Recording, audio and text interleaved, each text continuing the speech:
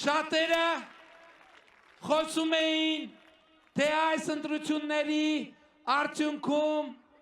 լինելու է Հայաստանի Հանրապետությունում Գյումրի 2։ Ես ամիսներ առաջ եմ ասել, որ չի լինելու Գյումրի 2, լինելու է հեղափոխություն 2 և Գյումրի 1։ Ինչ է նշանակում Գյումրի 1։ 2026 թվականի հունիսի 7-ի ընտրություններից հետո ի վերջո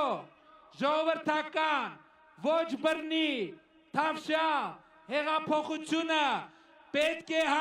հասնի մեր թիկունքում գտնվող շենքը և մենք Գյումրիում գյումրեցիների հետ պետք է իրականացնենք Գյումրի ավագանու արտահերթ ընտրություններ և ժողովրդական իշխանություն հաստատենք Գյումրիում,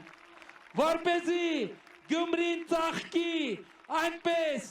ինչպես օրինակ Արթիկն է ծաղկում, Հանրապետության մյուս քաղաքներն են ծաղկում և ընդհանրապես Հայաստանի Հանրապետությունն է ծաղկում։ Եվ ուրեմն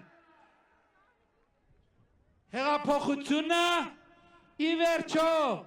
պետք է բերի իր օգուտները և իր